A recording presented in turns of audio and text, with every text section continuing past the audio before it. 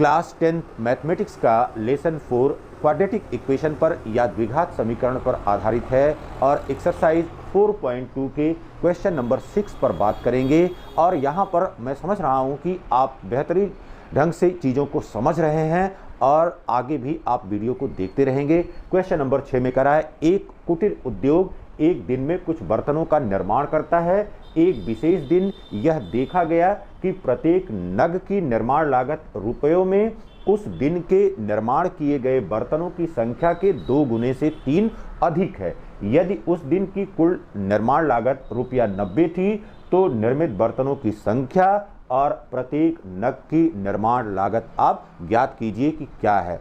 तो यहाँ पर अब इस क्वेश्चन नंबर 6 में देखिए करा है कि कुटीर उद्योग एक दिन में कुछ बर्तनों का निर्माण करता है। तो यहां पर कह रहा है कि कुछ बर्तनों का निर्माण करता है, हमको पता नहीं है। अब हमको क्या करना पड़ेगा, एज्यूम करना पड़ेगा, मानना पड़ेगा। जब आप एजम्पशन करेंगे तब आप अपनी प्रक्रिया को आगे बढ़ा पाएंगे। और एजम्पशन करने के लिए क्या है, हम एजम्पशन करने के लिए हमको वेरिएबल की आवश्यकता होती है। तो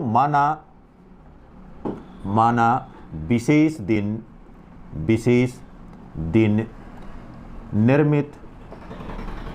निर्मित बर्तनों की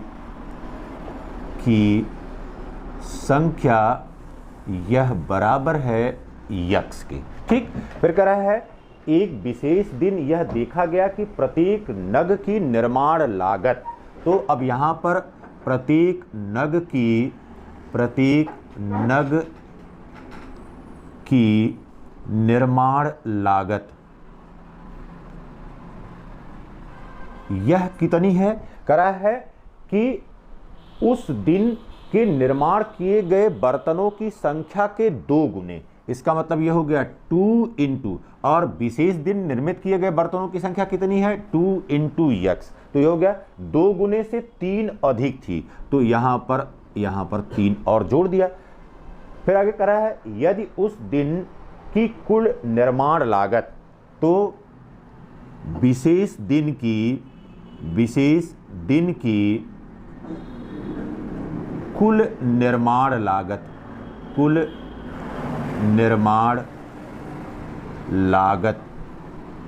यह बराबर है ₹90 के, 90 रुपया थी। तो अब यहां पर देखिए उस विशेष दिन की कुल निर्माण लागत, अब निर्माण लागत यहां पर 90 रुपया है। तो विशेष दिन निर्मित बर्तनों की संख्या और प्रत्येक नग की निर्माण लागत का गुणा किया होगा, तब जाकर के यह ₹90 हमको मिला हुआ है। दिस इम्प्लाइज दैट, तो विशेष दिन निर्मित बर्तनों की संख्या गुणे फिर प्रत्येक नग की निर्माण लागत और यह बराबर तब किसके है, ₹90 के है।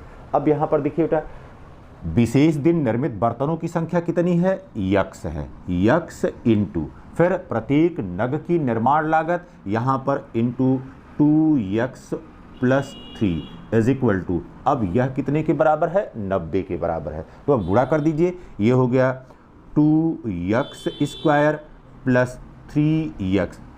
यहाँ पर देखिए x का गुणा 2x के साथ हुआ 2x², और फिर 3 के साथ गुणा हुआ 3x इज इक्वल टू 90, या 2x² + 3x - 90 is equal to हो गया कितने के, 0 के। तो अब यहाँ पर हमने यह प्राप्त कर लिया कि कौन सा द्विघात समीकरण इन दी गई शर्तों को पूरा कर रहा है। अब जैसे ही यह बात हो गई कि द्विघात समीकरण हमने प्राप्त कर लिया, तो अब यहाँ पर क्या करना है, हमको a इंटू सी करना है। अब देखिए a बराबर यहाँ पर 2 है, इंटू सी बराबर जो है वो -90 है। यह बराबर हो गया 2 गुणे -90, और यह बराबर हो गया -180 के। फिर देखिए बेटा, अब क्या करना है, b बराबर यहाँ पर कितने के बराबर है, 3 के बराबर है। तो b बराबर 3 है। अब यहाँ पर 180 के ऐसे दो गुणनखंड होने चाहिए जिनका योग यहाँ पर किसके बराबर हो जाए, b के बराबर हो जाए या 3 के बराबर हो जाए।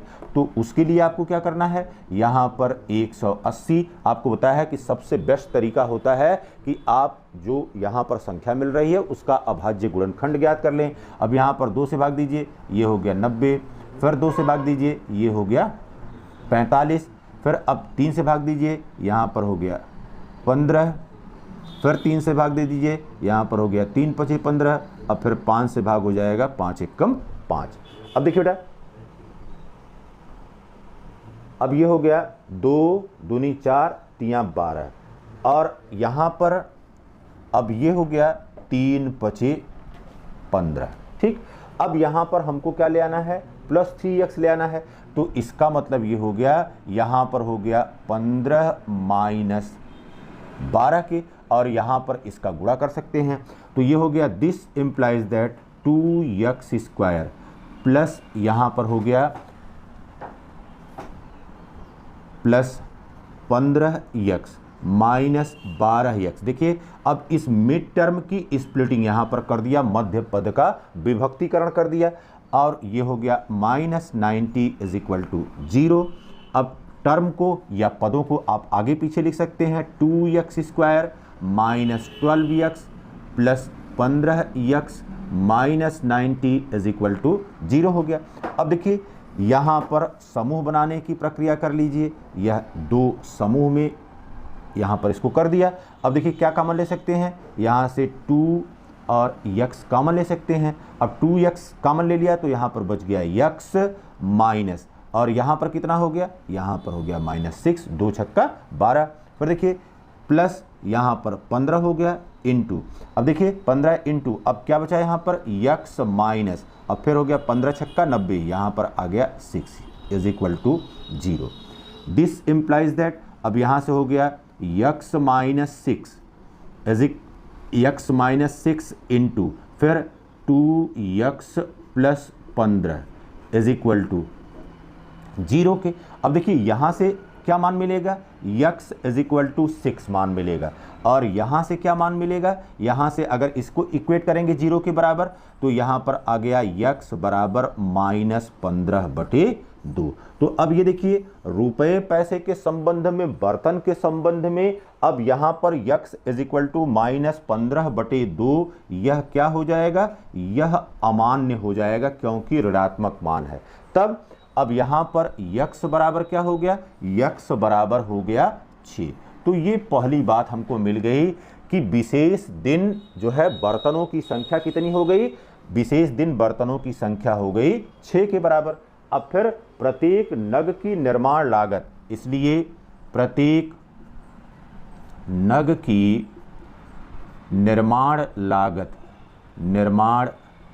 लागत यह बराबर है 2x + 3 के, यह बराबर हो गया 2 गुणे, और x बराबर हो गया 6 + 3 बराबर हो गया 12 + 3, और यह बराबर हो गया 15।